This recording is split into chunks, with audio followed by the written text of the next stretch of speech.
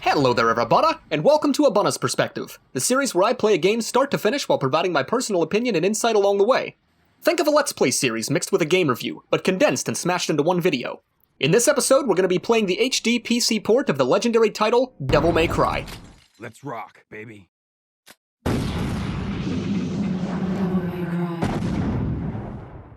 Devil May Cry is an action-adventure hack-and-slash game developed by Capcom in the year 2001. It was originally developed for the PlayStation 2, and after years of tremendous commercial success would go on to spawn numerous sequels, HD remakes, comic books, an animated series, and of course, merchandising. It was a pioneer of its time, introducing a very unique and stylized combat system that rewarded the player for changing things up and thinking outside of the box. Combined with its dark gothic world, puzzle-solving elements, and a really solid, although minimalistic storyline, Devil May Cry is a game that has resonated with players for more than 20 years. Now, full disclosure up front, I played this game in its entirety about 18 years ago. On top of this, YouTube has been recommending me Devil May Cry videos for some reason recently, and you're damn right that I've watched most of them, so a lot of this was pretty familiar prior to the playthrough. The game begins with some ominous backstory telling the tale of the legendary Dark Knight Sparta, who can be seen dancing around in the background like a goddamn Power Ranger. To quickly summarize the story, there was a war between the human world and the underworld that raged on for a very long time, until Sparta decided to side with the humans. He would go on to reign over the human world and protect them until he passed away. The next scene shows a beautiful blonde woman with boobs descending out of the sky like a majestic falcon. She arrives outside of the office of Devil May Cry, where we're introduced to the main character of the game, Dante. Dante is the son of Sparta and a human woman named Eva, making him half demon and half human. He has opened up his own merc-for-hire demon hunting business to put his genetics to good use and help protect those who need it.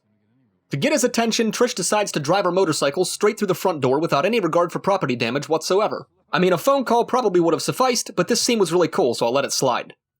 Trish reveals that Dante lost his mother and brother to quote-unquote evil 20 years ago, letting us know that this is probably the reason he hunts demons for a living. To test his abilities, Trish once again disregards the concept of illegal property damage and attacks him.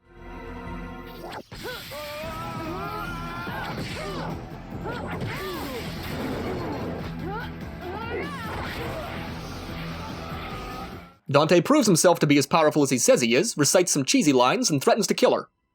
Trish tells him that she isn't his enemy and she came here seeking his help. She takes off her glasses to reveal, plot twist, she bears an incredibly close resemblance to Dante's mother. Trish wants to put a stop to Mundus, the ruler of the underworld who's attempting to open up a portal to the human world on Malay Island.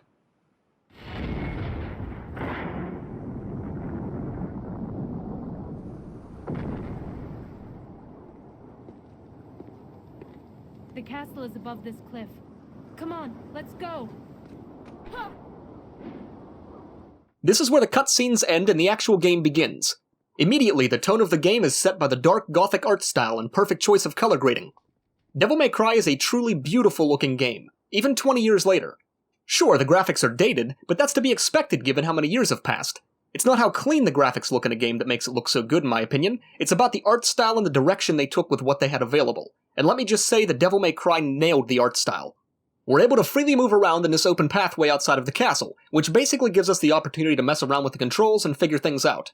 Remember, this was the early 2000s where tutorials and handholding were minimal at best. We've been given no instructions on how to play the game, and basically need to press buttons in order to figure it out. We make our way inside the castle and begin the first mission, Curse of the Bloody Puppets. After exploring a bit, we're introduced to red orbs, which are the core currency of the game. Red orbs are used to upgrade abilities, buy consumables, and unlock doors. After we collect enough of them, we're able to unlock a nearby door that was blocking access to the rest of the castle. While I don't mind this idea of using currency to open pathways in a game, I don't think the execution of this was the greatest in Devil May Cry. Anytime there is a door that is barred off by a price tag, it's directly linked to the main storyline. The game makes sure that it provides you with enough red orbs to pass, meaning that there's never a moment where you feel you have to conserve your red orbs to make progress. I feel like this was just a way of slowing down progression, rather than adding any kind of extra element or sense of exploration. It would have been better if these doors were strictly secrets or hidden areas, as opposed to being linked to the main storyline. While the controls are responsive, they can be very clunky at times when combined with the game's fixed cameras. Yeah, that's right, you heard me correctly. Fixed cameras. We're in the era of games where developers would place multiple cameras throughout the level, and depending upon where the player was standing in space, the camera angle would be changed to that position. While fixed cameras were super useful for saving resources and providing a cinematic experience, there's a reason they've faded away over the years. They can be very clunky when used in an action or platforming game, which we will be experiencing in full force as this game progresses. As we explore more of the castle, we discover a rusty key being held by a human-sized puppet that is definitely not about to come alive and attack us, and oh no, it came alive and attacked us! This was so unexpected! No, I'm only messing around, and I actually really like games that do this. Having something dangerous in the environment that is clearly visible, or showing something that is clearly going to be an issue in the near future, is cool foreshadowing. It's not really done to surprise the player as much as it is to prepare them for what's to come. After getting attacked, we get our first taste of combat in Devil May Cry. Now there's no doubt about it, the combat system is fun. It was designed to be stylish and intuitive, rewarding the player for constantly changing their playstyle and approaches. There's even a grading system that lets the player know how well they're doing and how cool they look while fighting. I really like this system, as it deters players from spamming the same attacks or using OP metas that funnel gameplay into these really generic approaches to fights. With that being said, combat in Devil May Cry is a bag of mixed emotions for me. While the combat itself is solid, it's severely hindered by the fixed camera system that I was ripping on earlier. You can't see enemies that are off camera, and given that you need to time dodges or jumps based on an enemy's telegraphed movements, this can be really challenging and clunky at times. The game also doesn't feature a targeting system of any kind, and seems to always target the enemy that's closest to you, or the enemy that poses the largest threat. While that doesn't sound terrible on paper, it becomes a big issue later in the game when you're trying to focus fire on certain creatures, but can't because the game won't let you. We kill all of the puppets in the area, explore a bunch more of the castle, and finish the first level of the game. At the end of each level, we're given a grade based on how fast we completed it, how stylish we were, and how many secrets we discovered. I was given a grade of C because I was slow and clunky trying to figure things out. Get used to this grade because you're going to be seeing me ending up with a really poor report card at the end of the game. The next mission, named Judge of Death, begins, and I just want to take a second to point out how little direction this game gives. Outside of the mission title and the very brief description of the objective, we're given virtually no information on how to progress throughout the game. Yet despite this, we kinda just figure it out without much difficulty at all.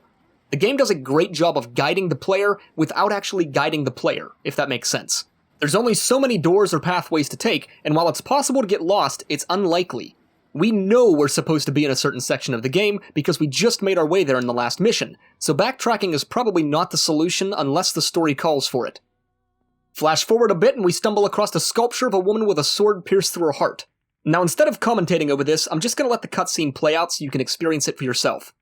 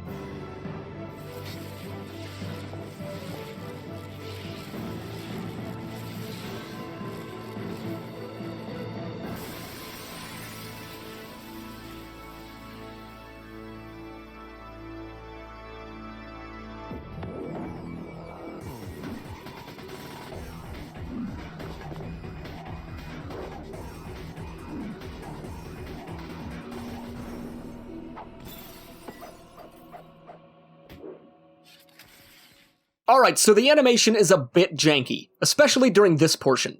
But otherwise this scene was f***ing awesome. It really seals the idea that we're playing an immensely powerful character that can take anything that gets thrown at him. We use this new weapon to weed our way through hordes of puppets and find ourselves in an open courtyard with a lion statue barred behind this flowing blue wall. Inspecting it leads to more foreshadowing and forces us to explore the castle some more. We push back whatever this is, descend down a trapdoor, and find a Staff of Judgment. Upon trying to leave the room, we're introduced to a new enemy called Sin Scissors. These things are really powerful in the early game, and are quite difficult to beat with our current weapons. They can freely move through solid walls and the floor, making combat with them difficult but possible. I distinctly remember fighting these with a shotgun when I was younger, but at this stage in the game I just didn't think the shotgun was introduced yet. I ended up playing the entirety of Devil May Cry without ever finding or using the shotgun in this playthrough, and after beating the game I discovered that it can be found in this very library during this mission by breaking the desk near the front door. This was super disappointing, but also absolutely awesome. I love the idea of finding optional weapons in a game. Rewarding the player for exploration in this way is, well, rewarding. So much more than a simple collectible or currency that doesn't really have any tangible value. Having the shotgun would have surely made my playthrough a lot smoother and a lot more interesting. However, I completely missed this weapon on my playthrough, and that's my fault, not the game's. After beating the Sin Scissors, we place the staff in the hands of a nearby sculpture and complete the mission with a grade of C. F me. The next mission begins, and we're meant to take the Pride of the Lion located at the front of this room, but it's protected by some unknown force like most things in Devil May Cry. We head outside onto this giant bridge only to be told that we're stupid and to head back to where we came from. Upon walking back across the bridge, we're hit by a bolt of lightning. The bridge shatters and we're plunged into the water below, where we have to fight floating skulls for some reason. This fight was very basic, and after killing them all, we'll return to the other side of the bridge and head back inside. This is where things get really interesting. We encounter our first boss fight of the game against a giant demon spider scorpion named Phantom. I'm gonna let the cutscene play out just to set the mood.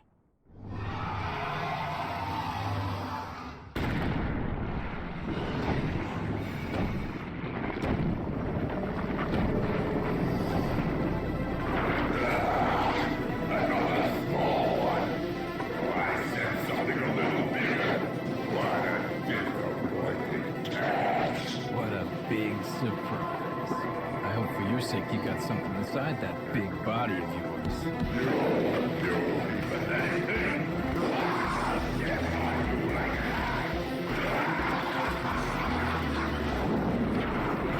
We start into the fight with no context or idea of how to approach it. This becomes a common theme in Devil May Cry, where you basically have to use trial and error to win. The game expects you to die, and I certainly obliged on multiple occasions. You're basically expected to lose until you learn the mechanics and the approach that you should take. In this case, you need to dodge Phantom's jump smash, fireballs, tail spikes, and rising lava pillars while dealing damage to his upper back. You really can't use ranged weapons because his outer shell blocks most of the damage, meaning that you need to time things right, get up close and personal, and get out before he hits you again. Dante's Devil Trigger becomes a really important combat mechanic here, and is something I really haven't touched on up until this point. Dante has the ability to unleash his demonic side once he's built up enough of his devil gauge, and upon doing so receives a large boost to his damage, passive health regeneration, and access to new abilities. This Devil Trigger becomes insanely important later on in the game, and is essential to winning a lot of the fights in the near future. After defeating Phantom, he runs away like a little bitch and we complete the level. Before proceeding onwards, we open up the in-game store to purchase some upgrades to our Devil Trigger. We purchase an ability called Air Raid, which allows us to sprout devil wings and fly around shooting electricity from our hands. Upon starting the next level and exploring a little bit, we discover our first secret mission. Secret missions are optional, typically time-based or mechanic-based challenges that reward the player with a blue orb fragment upon completion. Once 4 blue orb fragments have been found, they're combined together to create a blue orb, which increases Dante's maximum health pool. I love this idea of secret missions, and it's something that isn't featured in enough modern-day games in my opinion. The reward for completing them is just good enough to justify seeking them out, but the risk of taking on a secret mission must also be weighed against the reward. You see, although these missions are optional, they're not safe by any means. Dying here is no different than dying in the rest of the game. Taking damage in a secret mission means that you now have less health to work with when fighting enemies elsewhere, so it becomes this constant battle of, should I take on this mission, or should I let it go? And I really like that idea. Shortly after this, I discover another secret mission just down the hall, and complete it for another blue orb fragment. We make our way outside, use the newly acquired Pride of the Lion on the previously blocked statue, and get quickly introduced to a new enemy, the Shadow. Shadows are panther-looking enemies that can constantly shift and change their physical form. They can be quite difficult to fight and require quick reaction times to avoid their attacks. Using the Air Raid ability was a godsend here, and we're able to quickly take out the Shadow without losing too much health. After making our way through more of the castle, we're quickly thrown into the next boss fight of the game.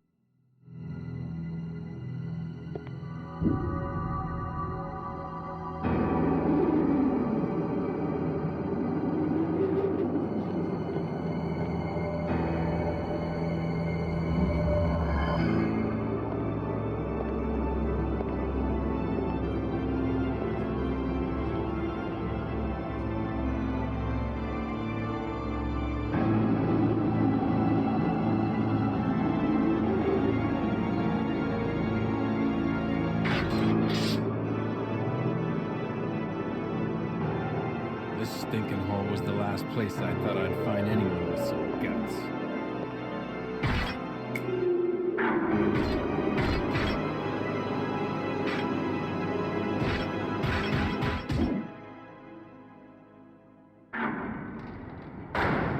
As of right now, this boss is known as the Black Knight. No, not the one from Monty Python's The Holy Grail. Just a flesh wound. This fight was intense. The Black Knight is capable of blocking attacks, quickly dodging, teleporting, and even using magic to range you from a distance. The fight progresses through multiple stages, requiring us to work our way upwards through the castle's exterior and fight on multiple levels. This was a fantastic use of level design, and really keeps the player on the edge of their seat throughout the entire fight. Somehow we managed to defeat the Black Knight on our first attempt, only to succumb to a scripted loss. Dante is about to be shredded when his amulet dangles out of his trench coat. After seeing the amulet, the Black Knight has a seizure and f***s off, completing the level.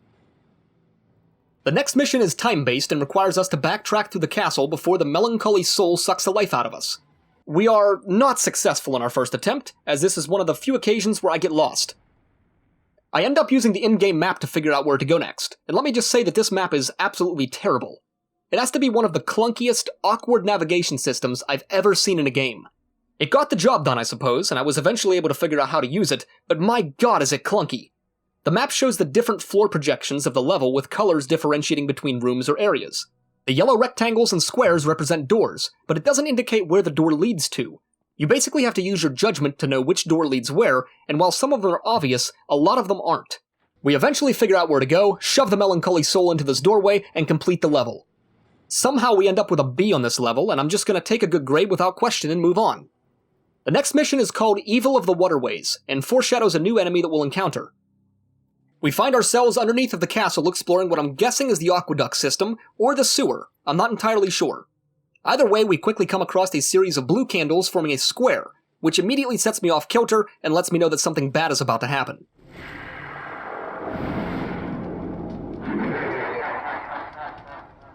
Let me address this right now. This fight is absolutely miserable. It's embarrassing how many times I die attempting this fight, most of which I don't believe were my fault. The fixed camera position in combination with the enemy's ability to phase through surfaces made this fight really difficult. Most of the time, I had no way of knowing where the enemy was even at, making dodging its attacks nearly impossible. At some point, I discovered that I could at least track its location by holding down the R1 button, but this didn't help out a ton because I still had no way of knowing how close or far away it was. This is a down point in the game for me, as my deaths are frustrating and I don't feel like they're necessarily my fault. It's more of a repeat until you beat type of gameplay, rather than actual skill or proper timing. Fortunately, there's only a handful of scenarios like this in the game, as otherwise I don't think my playthrough would be very positive. After finally defeating the floating taxidermy skull, I do a little happy dance to assert my dominance and complete the level with a grade of D, which is to be expected. The next mission is essentially time-based, as we are steadily losing health from the item that we just picked up at the end of the last mission and have to backtrack through the castle to take it somewhere. Shortly into this level, we discover another secret mission, but after multiple failed attempts, I decide it's not worth the loss of resources, so I move on. We use the extremely clunky map to navigate back towards the room with the mirror, and use the guiding light to uncover a hidden door, inspiring me to yet again perform a happy dance. We end up with our first A grade and complete the level. The next level is called The Legendary Knight Returns, seemingly foreshadowing another fight with the Black Knight, but this ends up not being the case. Before we really get into this level though, I have to mention how cool some of the jumps are in the game. You see, most of the time the controls don't change, and your jump is your jump. But every now and again, the game features these really cool long jumps between surfaces that I think are just so sweet. They're used so sparingly throughout the game that they're really special moments when they pop up, and further reinforce just how strong and agile Dante is. Shortly into this level, we're once again faced with the Phantom, who has returned for another ass-kicking. Fighting the same boss numerous times is a recurring theme in Devil May Cry, but it doesn't ever come across as lazy game design. It's done in such a way that progresses the story and gives you a sense of power progression as well, as older enemies become increasingly easier to fight the further along you get. It's not that the enemies themselves are any easier, but your skill and knowledge as a player combined with the upgrades you provided makes the fight go so much smoother. Devil May Cry has a really grounded way of letting you know that you're far more powerful than you were only a few missions ago, which makes the game an absolute blast to play through. After defeating Phantom, he falls onto a large lance that the statue was holding in one of the very first areas of the game. I can't stress enough how much I love this game design. Using the components of a level like this and looping back on areas you've previously seen or explored is phenomenal. Part of me thinks that they did this due to the graphical and RAM limitations of the PlayStation 2, thus they had to make the most of what they got, so to speak. But limitations like this can lead to great things, as overcoming these limitations forces new perspectives and alternative approaches to gameplay. We work our way down a nearby hole, drop a giant drawbridge, and discover a new weapon, the grenade gun. This would pretty much become my new ranged weapon of choice, as it was significantly stronger than the pistols Ebony and Ivory. We jam a trident into a nearby 3-hold lever system, race through the castle, and make it through the slowly descending gate just in time to finish the level with another A. The next level has us crossing over the drawbridge that we dropped previously, and wastes no time introducing us to a new enemy, Blades.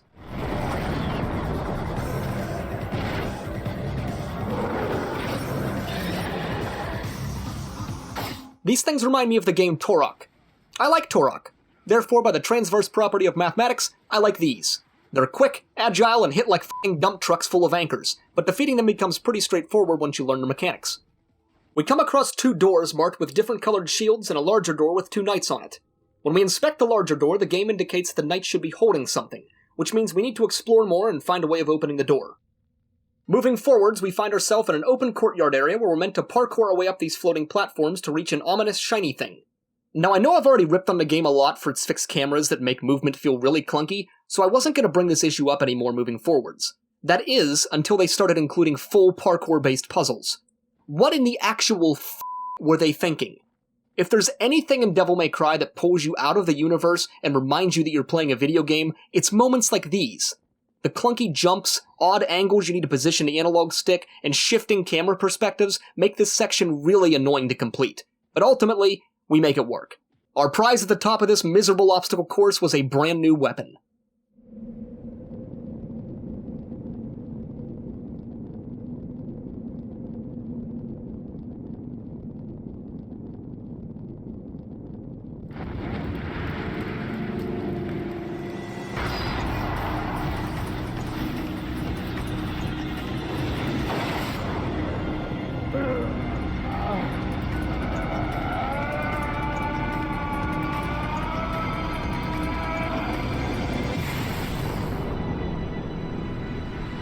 The Ifrit gauntlets quickly became my go-to melee weapon for pretty much the remainder of the game, at least until the final few missions.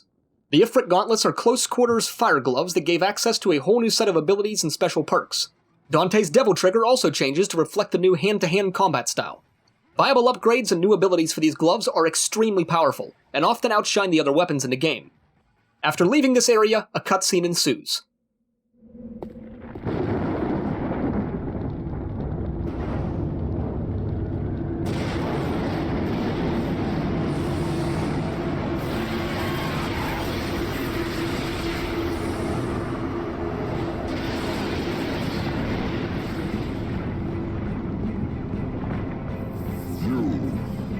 Are you the human, the son of Sparta who challenges the darkness for this?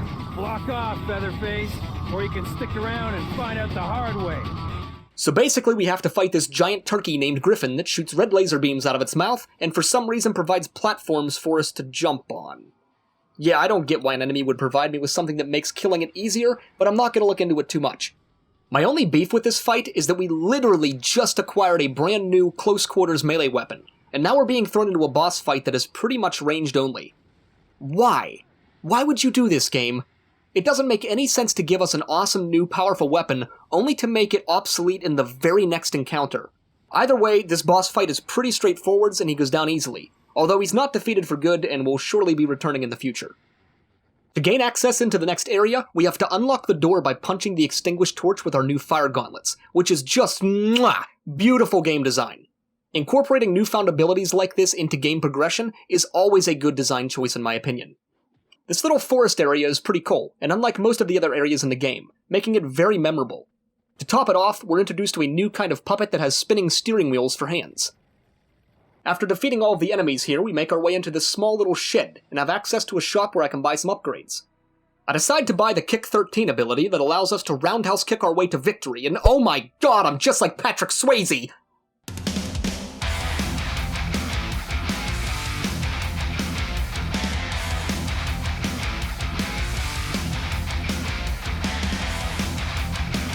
Roadhouse.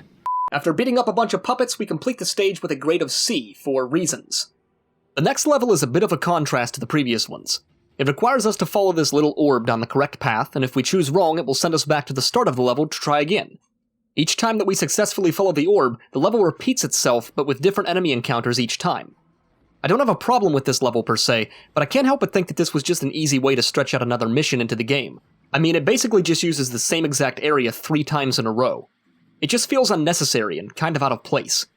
Either way, we easily solve this puzzle, if you even want to call it that, fight these giant spiders, and complete the mission in record time, yet I still only managed to get a C. Thanks, game. The next level begins, and oh, Jesus Christ, not the floating taxidermy skull again, These things are extremely annoying, but at least this area is much more open, and I have a lot more weapons at my disposal. I find the easiest way to defeat these is to hit their little swirling boost pads, and when they fly up to get me, I kick them square in the face. After defeating it, we explore the area a bit and find a Sign of Chastity, which I'm speculating is used to open some kind of barrier in the future. Items in Devil May Cry really don't have any meaning or bearing. I don't know what this object is or what it does, so I have no attachment to it or excitement upon finding it. The moment is just kind of, okay, whatever. Moving forwards, we locate a chalice that is locked behind a barrier, and okay, here's where the Sign of Chastity is used. Got it.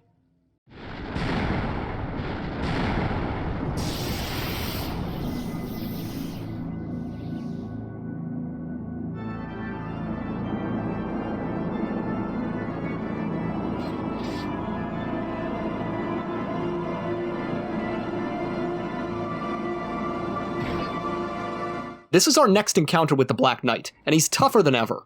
His speed, varying attack styles, and teleportation make him a really worthy opponent, and I actually really enjoy these fights against him. These fights don't have the grand scale of other boss encounters, but they really put you on the edge of your seat and make you change your approach to combat frequently. I died during my first attempt, but that's almost to be expected at this point. We defeat the Black Knight, struggle with parkour for 3 minutes straight, and locate a pedestal to place the chalice that we just looted. Doing so opens up a nearby door, and we complete the mission with a C. Again. The next mission begins, and we're awkwardly shown a tutorial for underwater movement and combat. Now I want to point out that we're 12 missions in so far, and this is the first tutorial screen that I have ever seen in the game. It just feels so shoehorned in. Like one of the developers was adamant about including underwater stuff, and it just got jammed into the game here. I'm pretty sure I'm not alone in saying this, but this is easily one of the worst experiences in the game for me. The controls are awkward, exploration is awkward, and as I mentioned, it just feels really forced. Luckily, the experiences are so brief that we hardly spend any time in the water at all. I honestly don't even know why they wasted their time adding this into the game. We make our way inside of the pirate ship, and the game gives us a needle gun, which is the only weapon that can be used underwater. We make our way towards the top of the ship, and this is good level design. A multi-layered pirate ship that allows us to climb around on the mass. We try to go through the only logical door that was in eyesight and get attacked by another one of the floating taxidermy skulls. And now at this point I've mastered the fights against these things, so it goes down pretty quickly and we're greeted with a cutscene of the ship coming alive and moving on its own.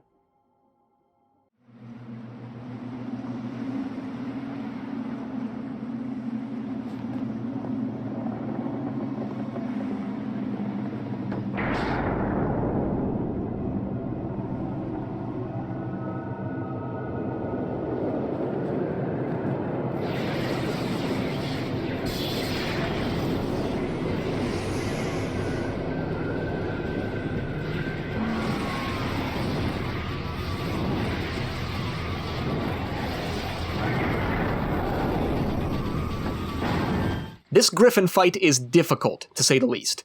He shoots out this electric eagle thing that tosses me around like a goddamn ragdoll and makes orienting myself on the ship near impossible. My first attempt was absolutely terrible and I got wrecked. I failed the second attempt as well, but I learned that if I stayed towards the back of the ship, he'll land on the upper portion of the captain's quarters. Then I can close in for some crazy DPS with the Ifrit gauntlets. The third attempt was much better and this new tactic worked wonders, causing Griffin to fly away once again and we finished the mission. I'm going to stop talking about my grades now. The next mission begins, and we start by opening the shop and buying the Rolling Blaze perk. This basically augments our jumps to include a fire effect, which becomes incredibly useful and basically takes the Ifrit gauntlets from being a good weapon to being a superb weapon. Hitting enemies with this fire effect often interrupts them, which makes moving around in combat a lot easier and prevents us from taking damage from heated fights. We loot yet another item that bears no meaning to me, and the ship begins to sink. Now I will say I like the level idea here.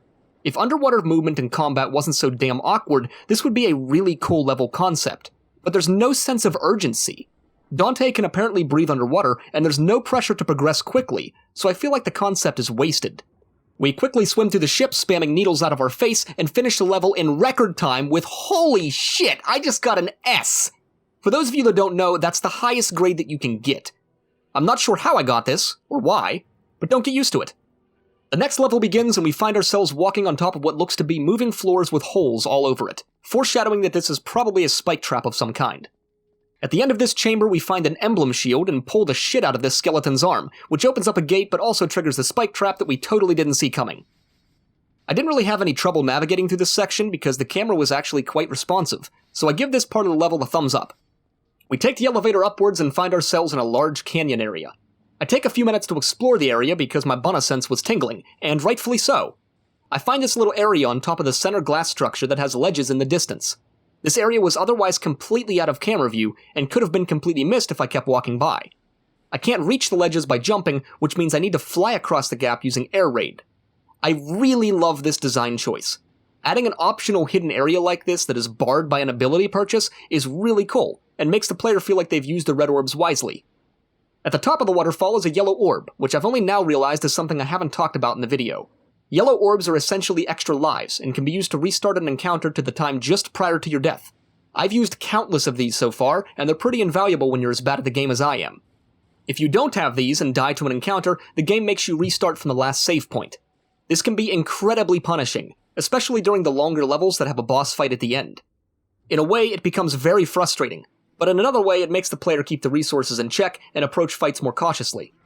We wrap our way around this awesome cliffside while fighting some blades, get thrown into a puppet showdown, Roadhouse. unlock a door by spending 100 red orbs, and complete the mission with a typical grade.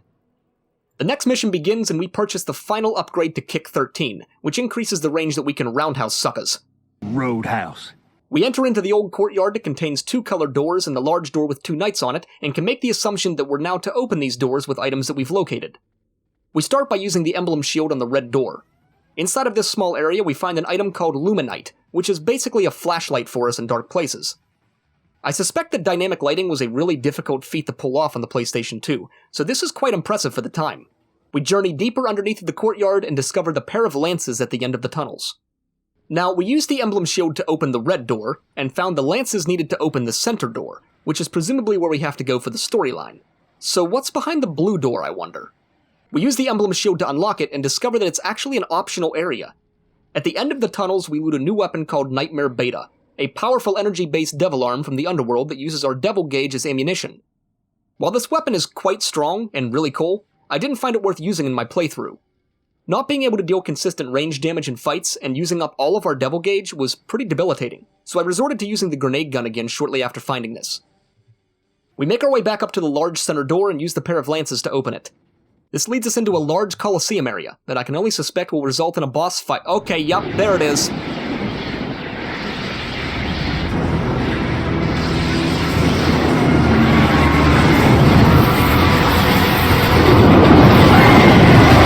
The mechanics for the Griffin fight remain relatively the same, with maybe only 1 or 2 new mechanics to worry about.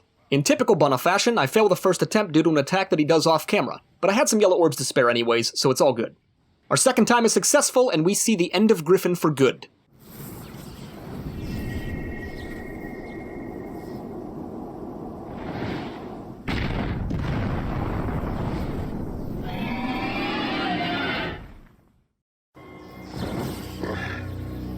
Yours are definitely the powers of Sparta.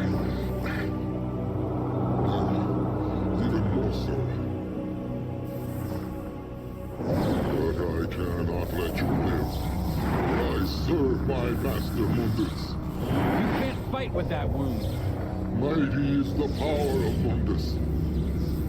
Master, grant me one last surge of power. The power to finish him.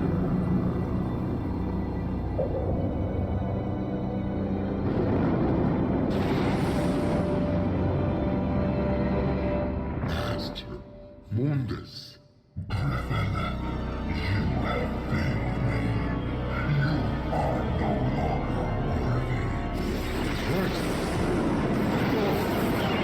Wait, no.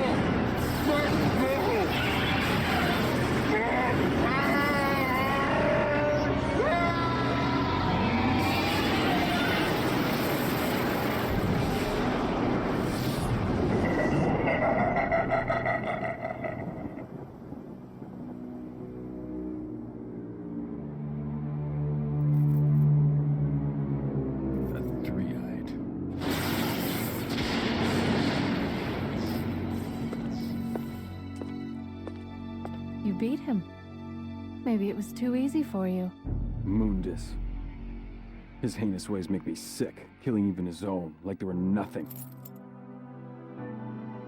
He's the one that took the life of my mother, my brother, Shirley. My mother used to always tell me that my father was a man who fought for the weak. He had courage and a righteous heart. In the name of my father, I will kill Mundus. Now, to complete this level, we're supposed to jump on top of this pillar to take an elevator down. But the goddamn parkour in this game is so broken, I struggle with it for way longer than I should, and I have the embarrassing footage to prove it. After we finally land the jump, we loot the Wheel of Destiny and complete the level. The next mission sees us backtracking towards the drawbridge so that we can do something. Items, places, things, you get the idea. This is just another great example of us having acquired an item that I have no idea what it does. Prior to lowering this drawbridge during this mission, I had no idea we had to lower the drawbridge again. The game never indicated that we would backtrack through the castle, so this moment almost feels unearned. The game does a great job of guiding us where we need to go, but I have no connection or feeling towards the items that I'm finding. Once we're back inside the castle, we're introduced to yet another new enemy, the Plasma. These things start out as bats and can shapeshift into the enemy that they're fighting. In this case, it's Dante. So basically we have to fight ourselves. Luckily, I've become super unpredictable in all of my button mashing, and they go down pretty quickly. They are annoying, though, because they keep splitting in half and multiplying, making these fights pretty drug out. At this point, I'd like to point out that although we've journeyed back to the castle that we're familiar with, everything looks different. The castle is much darker, with the only feasible light source being the luminite that we found earlier. The enemies have changed, and certain objects have been rearranged. Even though this is an area that we all know well by this point, there's a sense of feeling lost given these subtle changes. It's such a simple yet incredibly powerful effect. Part of me believes that this had to have once again been linked to the PS2's limited capabilities at the time, thus they were forced to reuse certain assets and stretch the game out, but it doesn't feel that way. They went about it in a manner that breathes new life into the game rather than detract from it. We make our way back into the room that we fought the Phantom in, only to discover an odd-looking pool of liquid in the center of the room, once again foreshadowing something to come. Upon inspection, we're introduced to the next new boss in the game, Nightmare.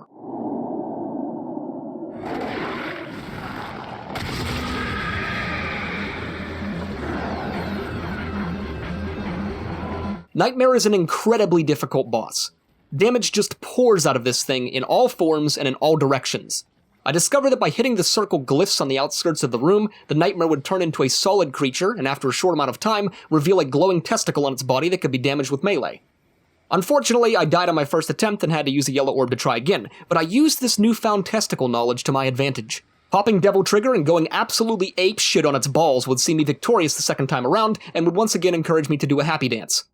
We walk outside onto the collapsed bridge area, only to fail the parkour again and have to fight our way through hordes of skulls. Again. I actually don't mind this though, because I'm really low on health and need the green orb to heal up. Once we reach the other side of the bridge, we hold the Staff of Hermes high into the air like Xena Warrior Princess and open up 2 painting portals, completing the level. The next mission's objective is to slash away at the dragon and enter the court with the Quicksilver, all of which are words I don't understand. The portal we had jumped into took us back into the castle, but even darker and drearier than before. We discover some more portal paintings and jump through the first one that takes us back to a familiar area where we fought puppets in a previous mission. This time around, though, there's a new enemy waiting for us. Frost.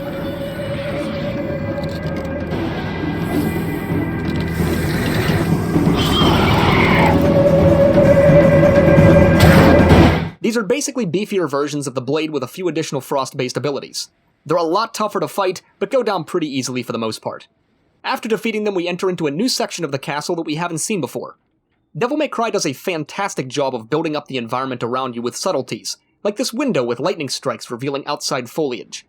It lets us know that things are becoming dark and unstable, but it's still the world that we know, and we're not too far gone. Entering into the next room, we see a T-Rex skeleton, breathing fireballs. Why the f*** is there a T-Rex skeleton in Devil May Cry? What could have possibly possessed the developers to take the time to design and model and incorporate this into the game? It feels so out of place compared to the rest of the gothic scenery, and wait, hang on a second, is this T-Rex the dragon that the mission title screen was talking about? This isn't a f***ing dragon game, it's a T-Rex! Anyways, the mechanics to get past this level are actually pretty cool.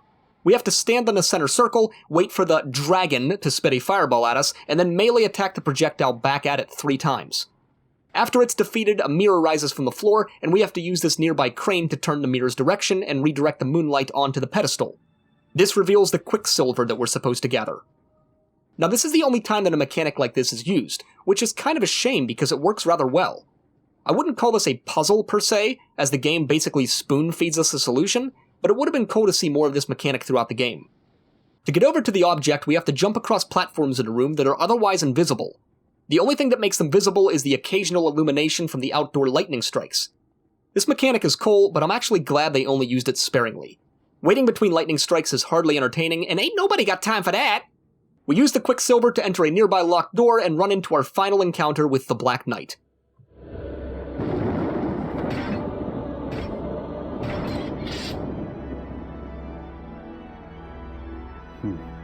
A man with guts and honor. I like that. But it's a shame you serve Mundus.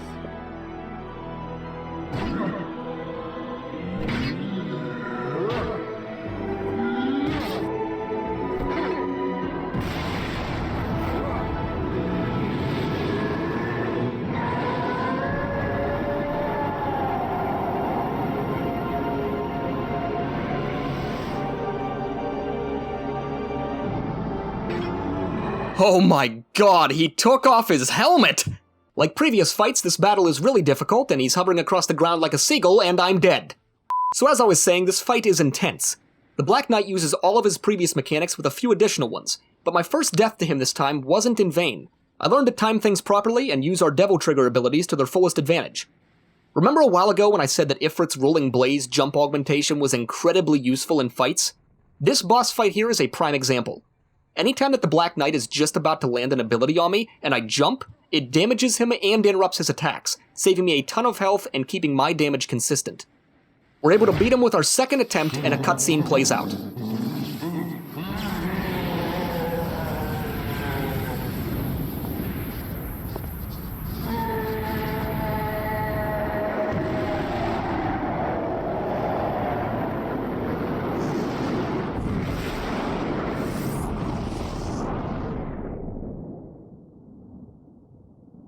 It turns out that the Black Knight was Dante's brother, Virgil.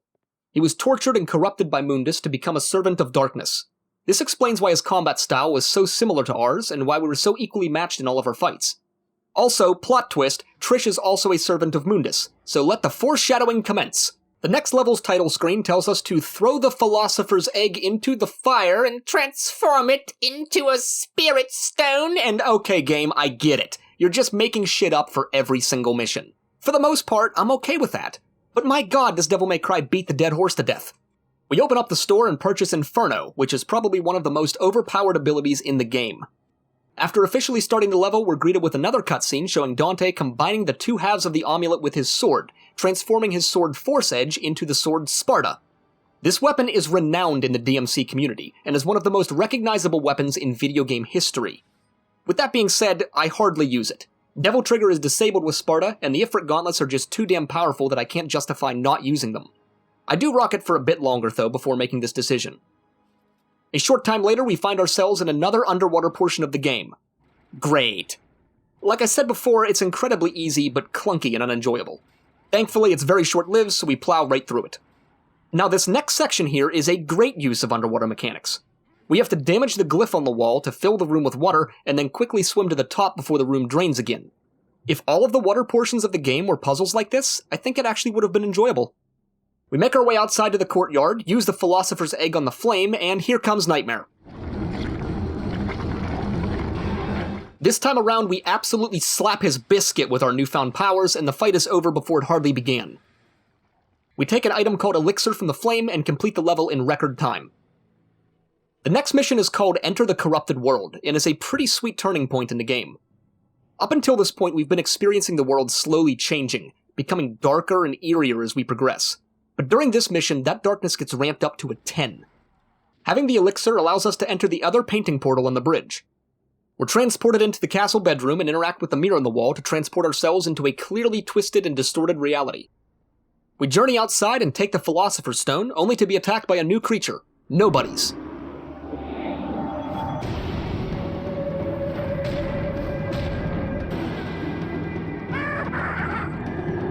These things are hideous looking, and I love the art style behind them.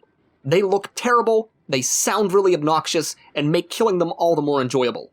Now, I remember these things being quite difficult to fight when I was younger, but I absolutely stomped them during this playthrough, so I don't know what I was doing wrong before.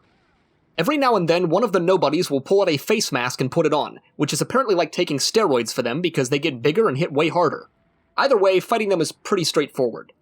The most annoying part is how long it takes for them to die after you've killed them, because their corpses will just kind of fester and bubble for a while afterwards. We perform a sweet leap across the castle's exterior and return to the bridge once again. As usual, we fail to parkour across and fight the skulls in the water because why not? We re-enter the room with the glowing liquid on the floor and dive into the pool because it looks like fun. This drops us into an upside-down version of the castle, which is just such a cool game effect. It truly feels like we've entered a mirror dimension, and we're walking on the castle's ceiling. We use the Philosopher's Stone on the gateway to the underworld to open it up and dive inside to complete the level. The next level is titled Showdown with Nightmare, once again foreshadowing that we're about to fight the Nightmare boss. Now, if you thought the game was dark before, just give it 5 seconds to completely subvert your expectations. We're in the underworld now, baby, and everything is dark and morbidly twisted and vile looking. It's like we're playing inside of a living creature, with the walls pulsating and doorways seemingly being valves or sphincter-like things that we need to slice open. This is disgusting and absolutely awesome at the same time. This part of the game is incredibly memorable because of its contrast to the rest of the areas. Upon entering the next room, we're greeted with a cutscene. Whoa.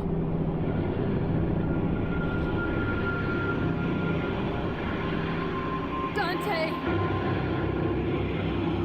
Dante! Help me! Trish! Whoa.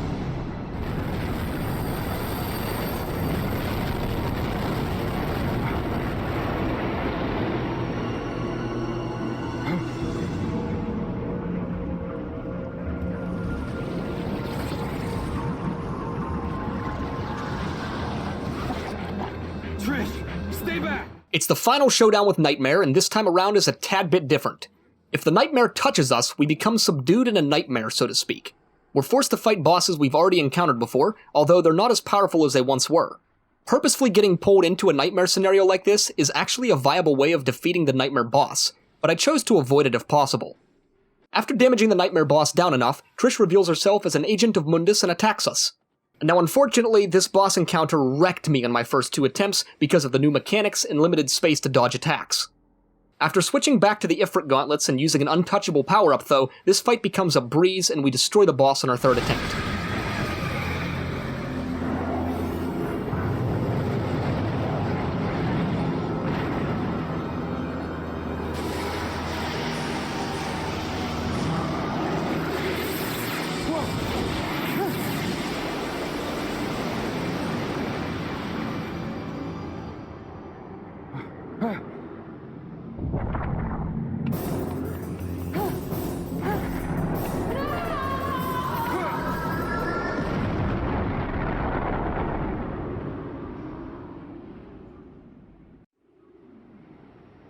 Dante decides to save Trish from a falling pillar that probably wouldn't have hurt her at all given how powerful she is. But plot development. Trish asks Dante why he saved her life after she tried to kill him, and he says it's because she looks like his mother. Then he tells her to f*** off and leaves her lying on the floor of the underworld alone, completing the level. The next level begins and we immediately enter the shop to purchase a vital star and more yellow orbs, because I think these are going to be necessary in the endgame. This level is like a living, breathing organism, complete with a beating heart and pulsating tubules. The walls are covered in fluid-filled reflective sacs, and the hallways shift and shake as you walk through them, really driving home the fact that we ain't in Kansas anymore. Shortly into our exploration, we discover a new kind of enemy, if you even want to call them that. There are these little tendrils sticking out of the walls everywhere that if you touch them will deal some pretty heavy damage to you. Luckily, the Ifrit Gauntlet's Rolling Blaze ability makes getting past these things really easy, because you can just constantly jump your way through without taking any damage. We fight our way through hordes of nobodies and enter into a cavernous area full of lava and plasmas. These things were easy before and are even more so now. This level does include some parkour elements, but they're actually functioning pretty well, surprisingly. We reach the top of the lava cavern, perform another sweet demon jump across the gap, and unlock the large gate that was being protected by a barrier, completing the level in the process. The next mission begins, aptly titled Legendary Battle. This was it. The final fight. The fight against the ruler of the underworld, Mundus. The fight that we've been waiting for since the game began. The level begins with our eyes being blinded by a bright, white cathedral with pillars soaring overhead. Gospel music plays in the background, with god rays streaming through the sides of the building, casting reflections off of the detailed marble floor. Now I can't even begin to imagine how much work went into making this effect happen on the PS2, because as far as I know, reflective graphics like this weren't that common in the year 2001. You can tell that the design team had a vision for how Mundus should be introduced in person for the first time, and it's clearly shown in their amazing art direction here. Upon walking through the cathedral, a cutscene between Dante and Mundus ensues. Again I must face a Sparta. Strange fate, isn't it? Strange and ironic that it will end the same way. Irony has favored you this time. Look, there.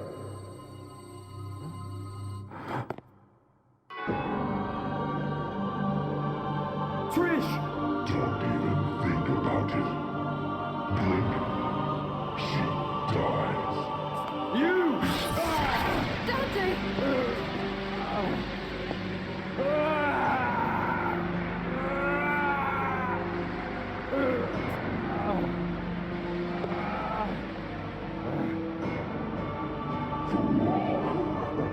So sad that humans will always be humans. No more. Has the Sparta blood been spoiled over the ages? Now, die! Trish!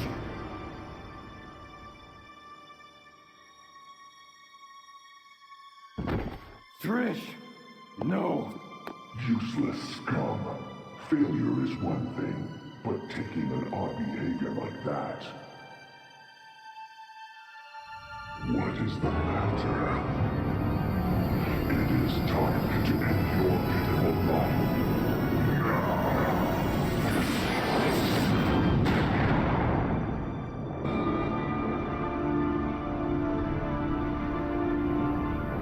How much longer are you going to keep zapping? Come out and show yourself, Mundus!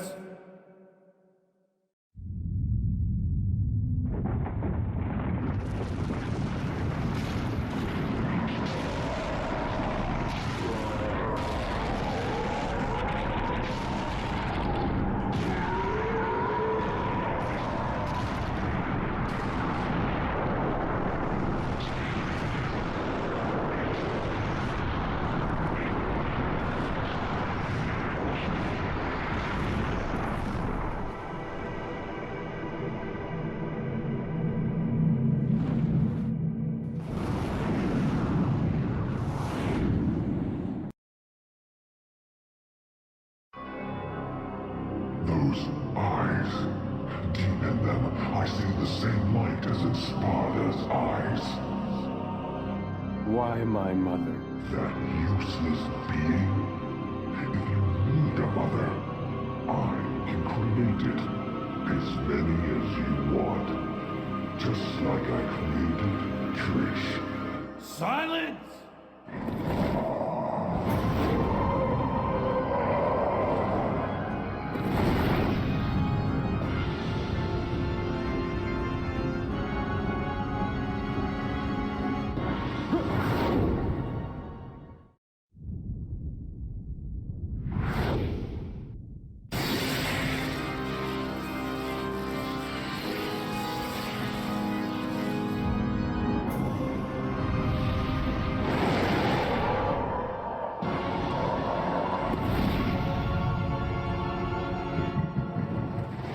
The fight with Mundus begins, and what in the flying is happening right now?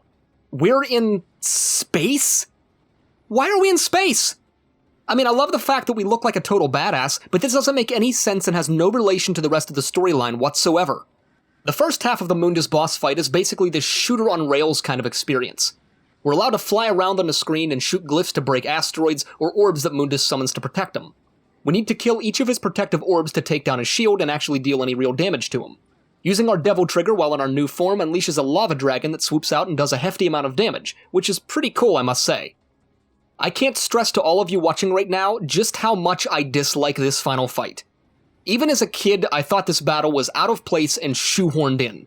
The game basically built us up over 20 plus missions, teaching us various combat mechanics, fighting styles, dodge timing, and understanding of our enemies, only to strip it all away and throw us into this wannabe Cabela's shooting game.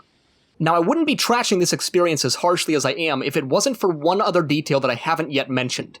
The flight controls for up and down are inverted, but the controls for moving left and right are not inverted. And there's no way to change them in the game. I checked on multiple occasions. So basically, if I want to fly up and to the left, I need to pull the analog stick down and to the left. Who in the flying designed these controls? Why in the world would you not only drastically alter the game's core gameplay loop, but also completely change the player's controls in the process? This is beyond incompetence in my mind, and I'm still salty about it while I'm writing this script. One positive thing I will say about this fight is that I love the grandness and the scale of it. This final fight against Mundus feels godly. It feels incredible to participate in a fight of this caliber, so big props to the design team for pulling that off at least. Regardless of my complaints, we're balls deep now and there ain't no turning back. As aforementioned, we need to take out Mundus' protective orbs to lower his shield and allow us to get in some DPS. Mundus calls down meteors, throws asteroids, shoots f***ing lasers out of his hands, apparently summons attack drones from Star Wars, and can even spit massive energy rays out of his mouth. I am not going out on a limb when I say that this fight is incredibly difficult. Like, insanely difficult. In fact, this section of the game alone took me almost an hour of solid playing to complete. I died countless times, and I'm forever scarred from this experience. Damage just pours out of Mundus in every variety and every direction, and the clunky flight controls make it damn near impossible to dodge any of it. I found myself constantly taking damage from stray lasers flying through space, and eventually would suffer a death from 1,000 cuts. Now I am all for having a difficult final boss fight that leads to the conclusion of a game, but not under these circumstances and not like this. This is wrong, game. This is wrong. Eventually, I find that the best tactic is to stick towards the outside of the screen and basically fly in a continuous box pattern while spamming the ranged glyph ability.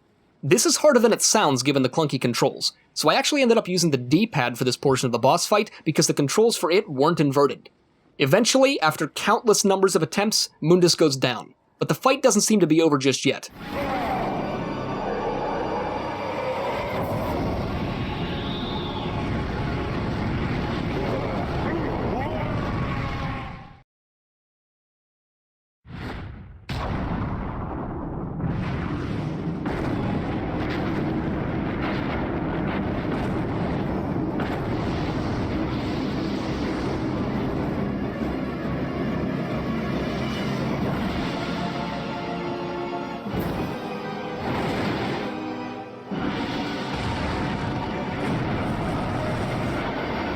We fall down into this fiery lava pit in the underworld where the remainder of the fight takes place.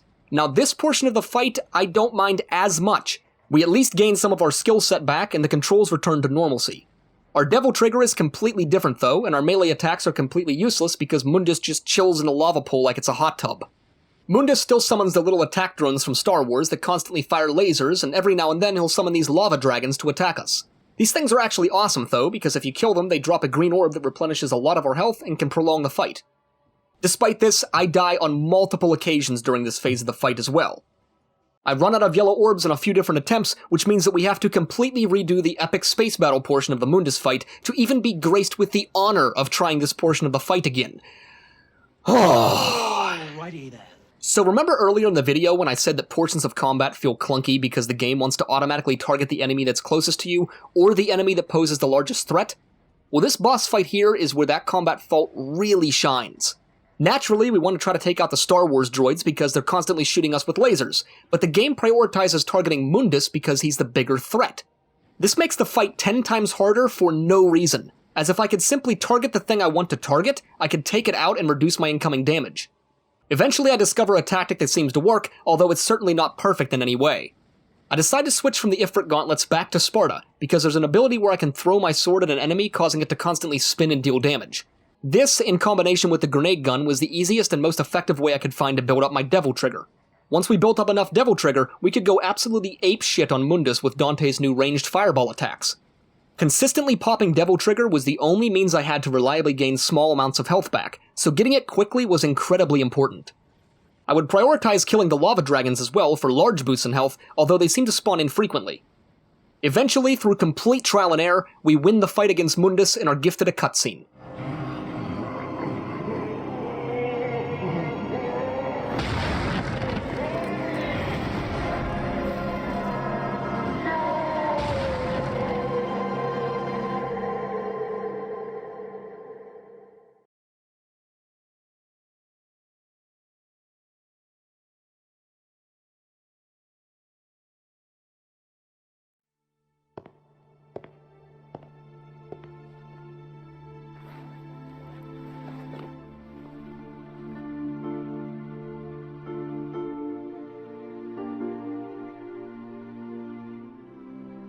My mother risked her life for me, and now you too.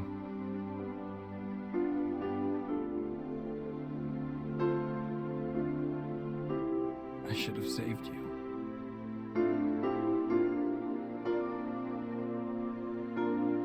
I should have been the one to fill your dark soul with light! My god, that voice acting is terrible. This scene between Dante and Trish has become somewhat of a meme in the gaming community. While I won't defend it, I will say that voice acting was still fairly new at this point in time. Nowadays, voice acting is very common in games, and we almost expect it as consumers. But back in the day, this interaction between characters was kind of rare. I'm guessing that the voice actors weren't even in the same room during a lot of these recordings, which would explain the differences in tone and lack of contextual understanding. Either way, this scene is really hard to watch, and Dante went from badass to bitch in less than 3 seconds.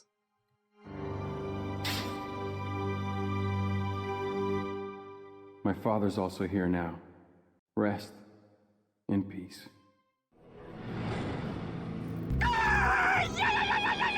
Alrighty then.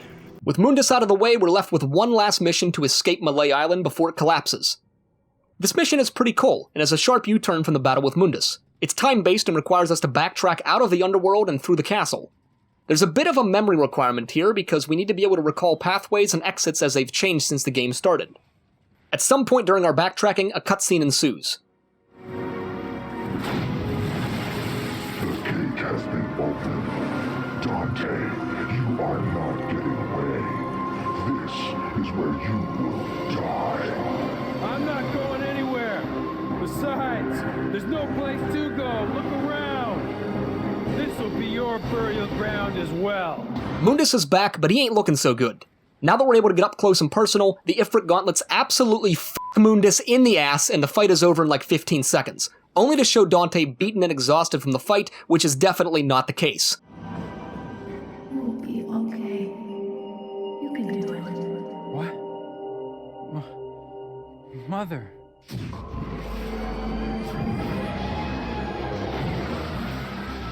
Dante, use my power!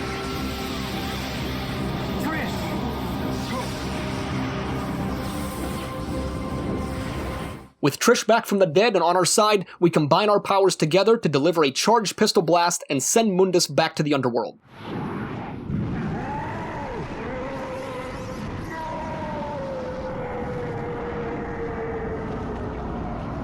Dante, I will return, and I will rule this world. Now, I would think this would be the part of the story where Dante and Trish start making out and getting all kinky together, but the bond between them does never seem to develop in that manner. They've become close friends after what they've been through, but not sexual partners. Younger me couldn't wrap my brain around this with the way that Trish is dressed, but adult me definitely can't wrap my brain around this because of the way that she's dressed. Boobs! Just when all hope seems lost, a plane falls through the floor into the waterways below, allowing us to escape. Now, while this might seem really random, this plane was actually visible in one of the very first rooms of the castle when the game started, and loops back on itself perfectly.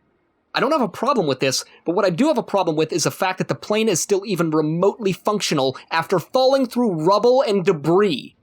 You're telling me that this sustained no damage whatsoever when being pummeled by castle bricks? And now apparently machine gun bullets can just straight up shoot through solid stone walls? Okay, game, okay. We escape Malay Island in just the nick of time before the entire thing explodes for some reason. Trish and Dante share some more cheesy lines together, and the end of the game shows them taking on a new job as business partners. At the end of the game, we're shown a report card telling us how well we did, and I'm not proud of it, but we got the job done. So with the game wrapping up and coming to an end, I feel like this is the best place to provide my final thoughts and opinions. Let's summarize the experiences with some good old-fashioned pros and cons. Starting with the pros, the game looks beautiful, even 20 years after its initial release.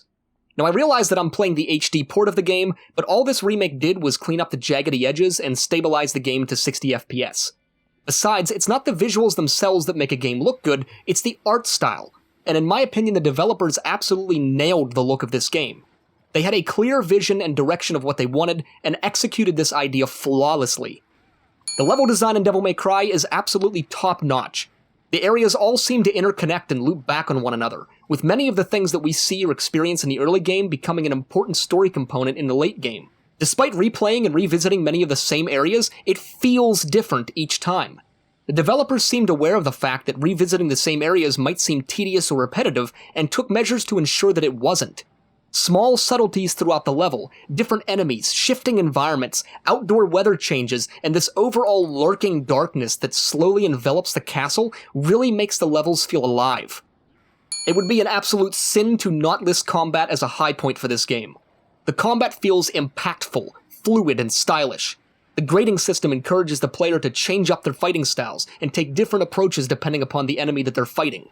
As mentioned throughout the video, I think combat was severely hindered by the fixed cameras, but it was still a blast nonetheless. Devil May Cry has a great sense of progression. You feel Dante becoming stronger as you advance through the game, gaining access to new abilities, weapons, and knowledge of enemies. Bosses that were previously really difficult become easier and easier the more times that you battle them, giving the player a sense of power progression and skill advancement.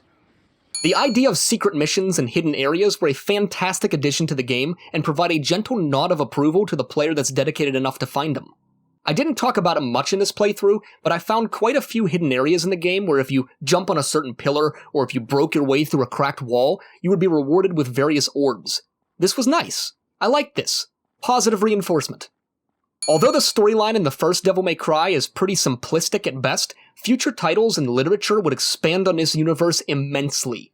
It set the foundation for so much more to come that I can't help but include it as a strong point. I mean, we're playing a half-demon, half-human hybrid mercenary that travels to a medieval castle to battle the ruler of the underworld. It's pretty badass. Now moving on to the cons, I don't think I need to complain any more about the fixed camera positions, but I'm going to anyways.